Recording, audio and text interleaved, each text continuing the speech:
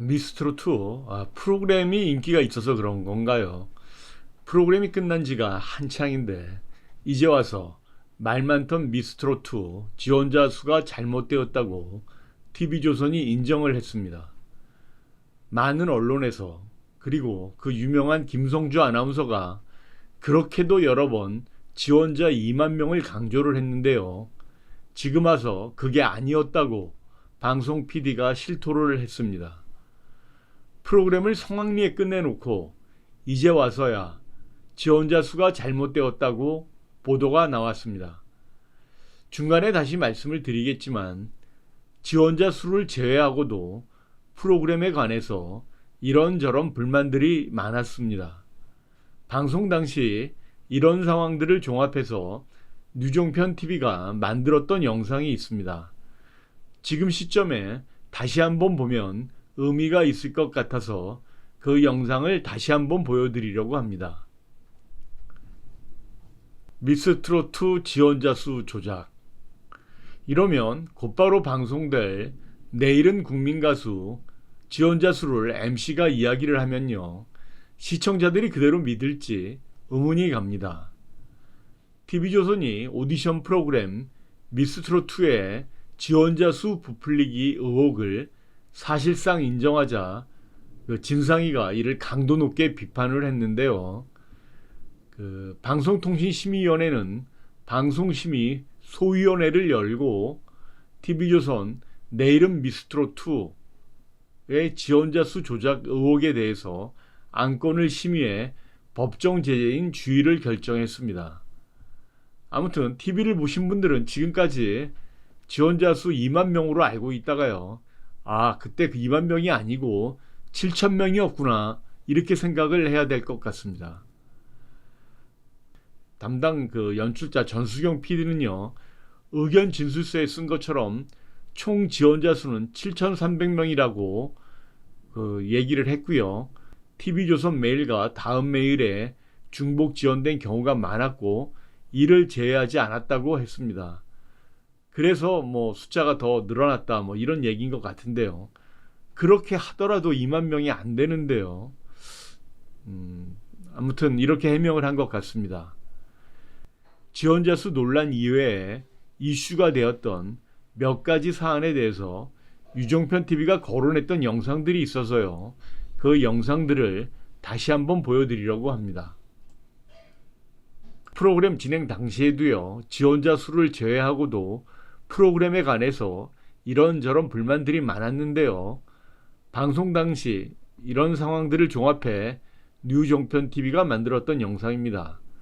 당시 참가자들 사이에서 들려왔던 내용들을 잘 전해 듣고 영상으로 만든 것인데요. 한번 잘 봐주시기 바랍니다. 지원자 수 조작 이외에 당시 미스트롯2에서 무슨 문제들이 있었는지 내용을 한번 잘 들어주시기 바랍니다.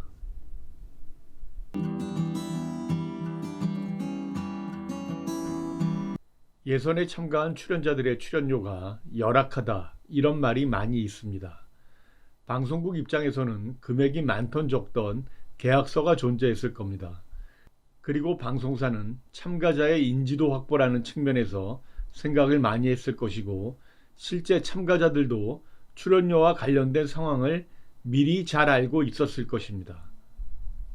그렇지만 사람의 심리가 전과 후의 사항을 다르게 판단하는 부분이 분명히 있기 때문에 특히 예선 참가자들은 출연료 부분에 아쉬움을 표현하는 참가자들이 존재했다, 이렇게 말씀드려야 할 것 같습니다.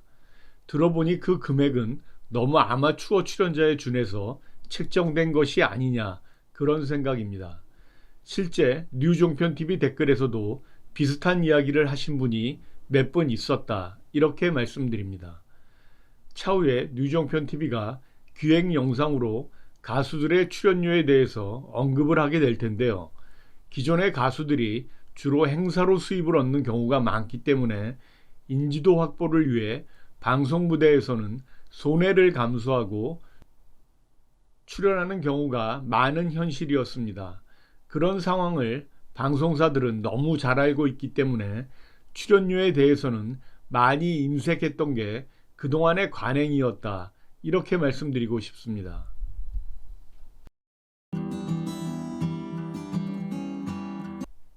제작진 입장에서는 미스트롯과 미스터트롯을 거쳐오면서 가능하면 기존에 방송되었던 곡들과 중복되지 않게 하기 위해서 선곡에 관여했을 수 있었던 것 같습니다.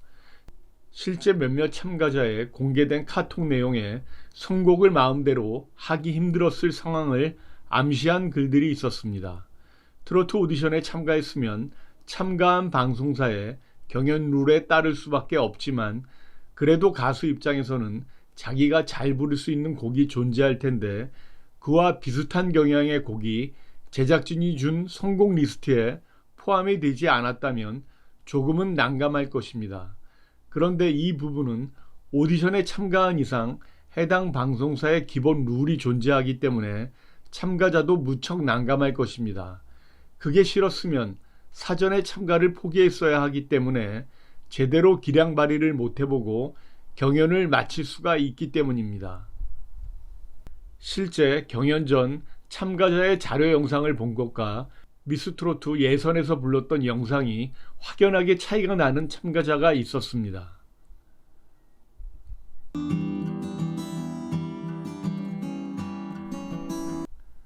방송사가 선호하는 참가자는 노래 실력 이외에 예능감이 있는 참가자를 생각하다 보니 방송에 노출이 적은 참가자들이 있었습니다.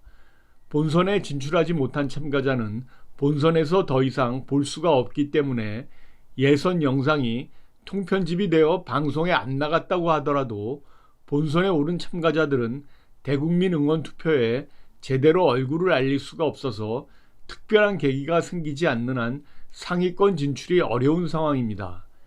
이번 주 방송될 데스매치에서도 전주의 상황으로 봤을 때 최소 2팀 이상 통편집이 되거나 아주 짧게 편집이 되어서 방송이 되는 상황이 발생할 것 같습니다.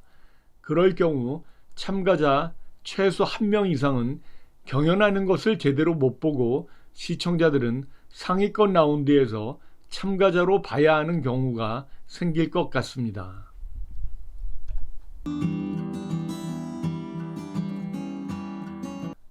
미스트롯2는 초등부 참가자들이 나름 인기가 있어서 시청자들을 배려하기 위해 방송 분량이 많았다라는 논리로 미스트롯2 제작진은 이야기를 할 것입니다.